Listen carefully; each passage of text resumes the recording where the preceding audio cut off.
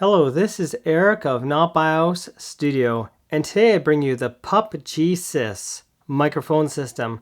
Here is our nice hard case with a nice little handle for carrying around, and let's open up our package. So we have a user manual on top of the package, and then we have our microphones. Here is the receiver. And on the side, we can see some of our ports. So this is our headphone, and it looks like to camera connection on the side here. We also have our power button right there. And on the other side, I see there's a decibel button, there's volume control, and I think this might be a high cut or low cut. I'll have to find that out yet. Never used the device as of this moment, but that's something I'm going to find out. USB connection type right here for charging and maybe to the PC, but again, we're gonna find that out. Now let's tour around this microphone system and see its capabilities. So on this side we can see some indicator. You'll see charge, line, and record lights. So this is to identify what you are doing with the device. On charge it is blue, and when it's fully charged it is no longer lit up. And we also have our power button on the side. Our mic, our lavalier, I believe, in this side right here. Our microphone is right here. And we have USB charging here. Our SD card goes right here. That's MicroSD. And we also have our stop and record is right there, our switch for that. So nice, simple design. And our back end is padded. Okay, we got a nice little rubber padding right there. For charging, we have one USB type A, connects to two different units, so we can't charge all three at the same time, sadly, but we can charge two microphones, or a microphone and a receiver. We also have our lavalier, and let's see if I can take this off. It's actually attached fairly decent. I don't want to rip that apart. Can it come off easy enough? I don't know. I'm just going to leave it there. But we've got a really big foamy thing on our included lavalier. Now we also have, looks like a mobile phone type connection to stereo. We also have our camera type connection, stereo to stereo. So you see that here. You can see two lines. And for the top of our microphones, if you want to use this outside, we do have a little firm off. Nice. How does this firm off go on? Well, you can see the top right here is where the microphone is, and we can toss it right on top. And there's our little topper. Hello, little guy. We see this nice little weather outside, and we want to dress warm for the occasion. Am I going to lose it? Probably not so easy, because it does grip fairly well to this unit. I have to actually pull a little bit in order to take this off, just as you saw there. Awesome, because rubber is grippy. So for a wired lavalier, we have this type of clip that connects here. Clips right on just like so on the thicker part on top. So now what I do for this is I normally clip this to my shirt or whatever and have our lavalier like so. Okay, now we should be hearing this microphone system. Let's clip it on. I don't know how I'm coming through. I don't know if I'm too loud. I haven't adjusted anything whatsoever. Now, the one question you might have is this hot shoe mountable to the camera? We do have a clip right here, and here I have my DD V-Mic D4, and on the mount itself we do have a hot shoe type mount, a hot shoe, cold shoe, I guess would be cold shoe, and yes, it is mountable on a cold shoe. Okay, right now let's test some other features. Let's try the low cut filter. That's actually what that symbol is. It's low cut. And see if we can see it change. It changes to, I believe, 170. Let's see. 170 low cut. And then it changes yet again. And we can see that on camera to even a higher low cut. But that means my voice is probably a lot higher than if I had the low cut off. So how was I coming through on those different settings? We can see the decibel level is at +6. That's the loudest it goes, but it goes all the way down to -18. And right now I probably have to shout for you to hear me at all, and I have to turn it up and turn it up and turn it up, and I think I have one more to go before I go back to where it was normally. Now this particular microphone lavalier I have on right now is really quiet, so I have to crank this up. Oh, Sorry, I wasn't supposed to tell you yet. I'm using a different lavalier, but we'll get to the included one in a moment. But this gives me a good chance to show you the settings on this. Now we also have a mute button on the side. Let's see what happens when we press the mute. You're hearing me, and now you can hear me. And now it's unmuted again. Now I'm using the headphone out port. I'm expecting there to probably be a bit of hiss, but this is to see how clean or unclean the audio is using the headphone out. That is much louder than the camera out. How am I coming through? Hello, this is Eric coming to you in the future, and I found out that this microphone, if it's clipping on here and hitting all the way to the end, it's generally clipping in real life. So therefore, you won't want your microphone very close to your face. I'm actually set up down here. What you're seeing right now is a retest of the wired lavalier included with this device because I found that the audio is quite loud and can clip the audio very, very simple if you're not careful. It's not loud to the camera per se, it's loud to the device. That means, just like the microphone, you have to set up a distance away and not close to your face. This is how you get the best audio out of this device, whether you are talking right there with the wired lavalier that's included with this device, or you're talking right here with the device in the microphone built into this. How am I coming through? Having the microphone lower. Most of this video will be completely up close, so the audio won't be the maximum quality for most of it because I'll be clipping in the device itself and not in my camera. So change from mono to stereo, we have to hold down that mute button right here for like 3 to 4 seconds. So I'm going to hold that down. And we're waiting, and we are now at stereo. So we only hear me through one speaker right now. If you had both speakers playing individually, you only hear one. So if I had both microphones on, each one would be on its own speaker channel. Let's change it back to mono again, holding that mute button. And now we are playing with both speakers through the one microphone. So that's kind of cool. We can have each speaker on its own individual channel. In fact, let's do that right now for the fun of it. Right now you should be able to hear me through here and barely through the other one. And now you should be able to hear me through here, not as much the other microphone, because we are in stereo. So each microphone is individually controlled. So that is what stereo mode does for you. Each individual microphone has its own audio channel. Otherwise, we're going to be in mono, the regular to camera port. And then I'm going to actually lower the volume a bit because the headphone out port is louder. So I'm going to see if there's more hiss or not. So let's listen for a sec. We'll probably hear some noise in the background. It's like not completely silent in here.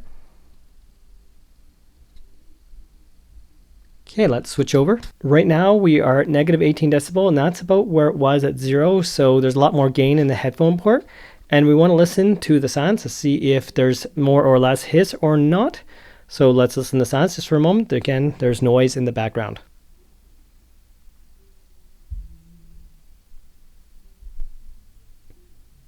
So other than the TV, was there hiss or not? Now I have these mics in stereo mode. So we have each one on left and right speaker. And I have a headphone jack. I'm going to switch it over in just a moment and hear if there's any difference in sound with the headphone port versus this right now. We'll check that right now. Right now we are in stereo using the regular 2 camera port. How am I coming through? We have it at 0 decibels versus negative 18 decibels. And how is the sound? Is it clean? Is it not? We'll find out after, and you probably hear noise in the background because there is noise. I'm in an apartment with other people around, so keep that in mind.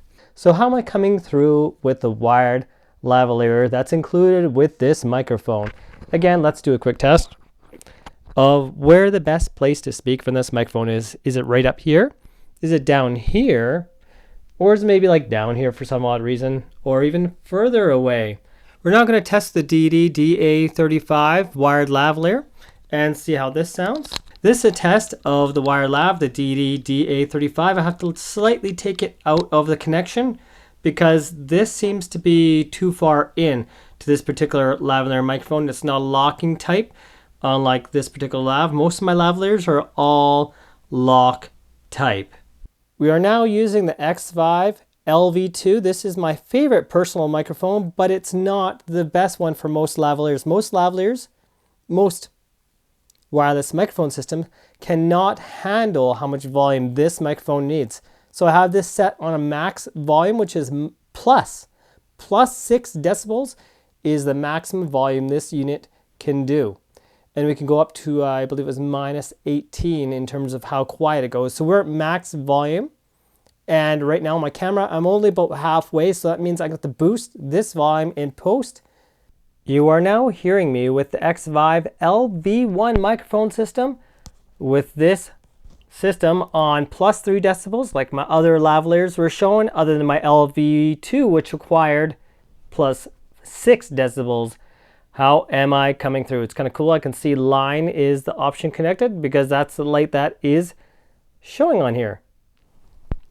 So how is the audio with this particular lavalier? That's fairly affordable. So for the Rode NTG, if I turn the power on manually, then I can use this to make it wireless. However, it's not like the DD Pocket Wireless that works perfectly to turn the Rode NTG on and off, but this is what I get. And it doesn't connect to the cold shoe of this device. It does to the cold shoe of my camera, just not the Rode NTG. So this is what I get. How am I coming through? Right now I'm about 6 feet away from the camera. I'm going to do a quick turnaround test to see if you can hear me, if you have reception or not. Can you hear me? Can you hear me? Can you hear me? And let's keep going. And we are now at about 12 feet away. And this is about as far as a normal YouTuber per se would go away from camera in even a fairly large studio. So I'm going to do a turnaround test here. This is about 3.7-ish meters. Can you hear me? Can you hear me? Can you hear me? Can you hear me? And we are approaching our first marker point, which this point is 25 feet or 7.5 meters away. Let's do a turnaround test. Can you hear me? Can you hear me? Can you hear me? And let's keep going. Line of sight right now. So the point of doing a turnaround, of course, is to make sure you're not cutting out when you turn around. If you go grab something on camera or whatnot. We are now 50 feet away, 15 meters. Can you hear me? Can you hear me? Can you hear me? Can you hear me? And can you still hear me? Let's keep going.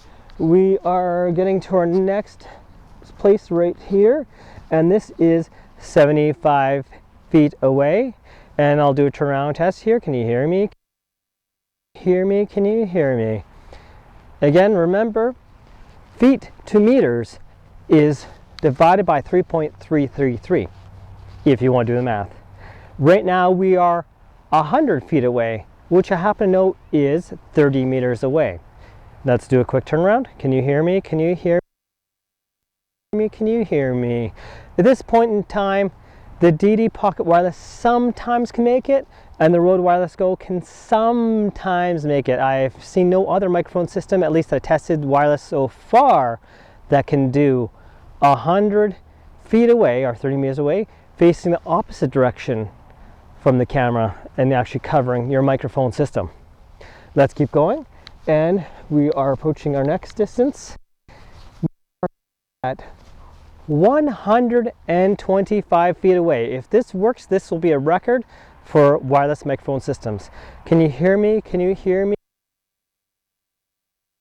Let's keep going, and we are approaching our next marker down here, and this is now right here 150 feet away. 150 feet happens to be 45 meters away from the camera. Let's do a turnaround test. Can you hear me? Can you hear me? Can you hear me? And can you hear me? We're going to keep on going.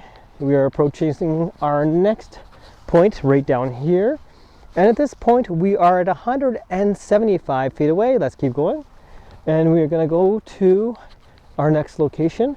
We are now at 200 feet away.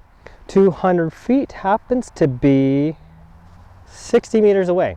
Mind you, I didn't do a turnaround test the last location because I've never seen a microphone reach that far, and this is already, that at that 150 feet away was basically already 50% further than any other wireless microphone system has made it. So I'm going to keep on going straight back still. And wow.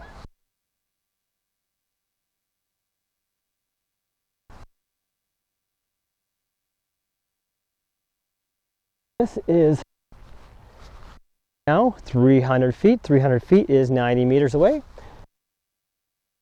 So can you hear me? Can you hear me? This is a test. This is a test. We're now 325 feet away, and we're going to keep on going. We are approaching our next one. This is 350 feet away, and we're going to keep on going. This is getting quite ridiculous at this point, but we're going to keep on trucking along. 375 feet away, and let's keep. And we are approaching our next 100 foot. We are now 100 feet away. 400 feet away is 30 times 4, 120 meters from the camera. That's, and we're approaching our next marker. We're still going, still going. Where the front is the front of the card, we can see the colors of the front, and then you push it in all the way. You can't just snap it in partially. You have to push it in all the way, and it snaps in. So once locked in, it's like flush to the unit itself, so the card's definitely not going to fall out. You'll have to purposely try to push it out, and generally pushing it with a nail or something like that will be good enough to extract this card. So let's see if I can get a good view of this. So I'm going to press on the corner. I got long nails at least, and the card is extracted there. To push back in again, I need to push it in further just to make sure we done that part. And is it recording? I don't see it as recording, because if I look on this side, the record light is not on. So right now the record light's on. I have a 32 gigabyte card in here, and my 128 gigabyte card did not work. This is up to 64 gigs memory. So right now we're still recording the memory card at this moment. What I want to do is test if everything is still in sync. So I'm going to actually let this record for say about 10 minutes, and I'm going to start another review and then find out if everything is still in sync audio wise. So my other review is on my other channel, NobBIOS Tech and Reviews, and I'll be doing a computer mouse. So trying to open the file that's recorded on this memory card, I get this error using Isotope's RX8 audio editor. So I can't even open it there. DaVinci Resolve, I try to import the file. So I'm like right here, try to import, nothing shows up. I cannot import that file. Though if I finally go to Magix Vegas Pro 17, I can actually check the attributes of this file and open it. So it says the file is 44.1 kilohertz, 4-bit, mono. I believe the camera, it records 48 kilohertz, but I am uncertain, but there's one easy way to check that. So let's go to my properties of my video and see if I can find my audio properties. Video, audio. 48 kilohertz, exactly. So we have a mismatch here in terms of audio quality, but I want to know if we have audio that's synced. Since DaVinci Resolve is the easier audio editor to use, I'm going to actually reformat doing Mixcraft 9 Pro, but I'm not going to change the file quality beyond certain standard settings. I'm going to keep it at 41.1 kilohertz. I'm just going to change it to 16-bit so it can actually read in DaVinci Resolve versus 4-bit. That's weird. So for some other details on this file, it's a bitrate of 177 kilobits per second, which is really strange size. And it's a length of 8 minutes and 30 seconds. And our file size is only 10.7 megabytes. So this is highly compressed.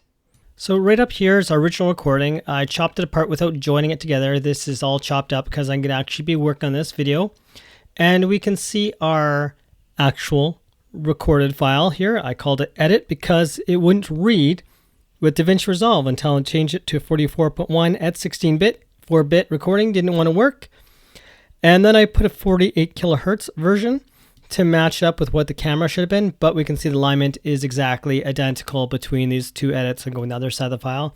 So this recording is about 8 minutes and 30 seconds in total. So right here, the alignment is almost perfect. So let's check this out. Software is extremely powerful, and that's what makes this the way to go. Now let's go to the front of this simple cut right here. This is probably about 3 minutes in. We can look at the time from here to here. We'll say that's about 3 minutes. This Aerox 5. One thing it really has is long battery life. As long as the RGB is off. It looks really cool with RGB on, of course. So even that couple minutes out is really offline. The recorded file on that MicroSD does not line up with the recorded footage and makes it absolutely garbage, sadly. So the only thing it's good for is an audio file that does not match up with any video. If it's listed for a battery life of 12 hours, that's absolutely absurd. Now I believe that more so on the microphones itself, because the battery life already went down a notch on the receiver end after like an hour and a half. This stays lit up. How is it going to save battery life if it stays lit up? So the next question comes, can you charge this? Here's a battery bank while using this. Is there any noise in the audio? Did it change any? Well, you be the judge, and I'll unplug that again and see if that changed any. At this time, I did not test this with the mobile phone, so this conclusion is going to be basically before I test the computer or a mobile phone, because I'm waiting on the adapter to arrive because I ordered one and it didn't show up. So ordered another one. And now that other one hasn't arrived either. So for connecting to your mobile phone, you're going to use this one that's labeled phone that comes with the device. You're going to connect this part to the lavalier of the actual microphone, and the 3-line part connects to, say, your 3.5 millimeter to Lightning for Apple, or USB. We've got the newer Apple ones that are going to be coming with USB or Android. So 3.5 millimeter sound card to USB is Android, not just a regular cable. Now, I will leave a link in the description below to 2 different cables. One of them includes a USB Type-C to Type-A that allows easy connection to the PC. Distance test was kind of a mixed bag because it lost reception for a bit at a certain distance and then gained reception again. So that's kind of strange. And the internal recording is only good as an audio recorder device. You're not going to use it with your video. And if you skip that part, just re-watch it and you'll see why. This is Eric of Not BIOS Tech Reviews. Please consider subscribing to this channel. Help this channel grow. This video is much longer than I want it to be because I tested a lot more. In fact, how many videos have you seen test this much? Yeah, this was a lot of work. I paid for this device myself, and I used some of the Amazon affiliate money for those purchasing on my links below to help this channel grow. This is Eric of Not BIOS Studio. Thanks for watching and have yourselves a most wonderful day.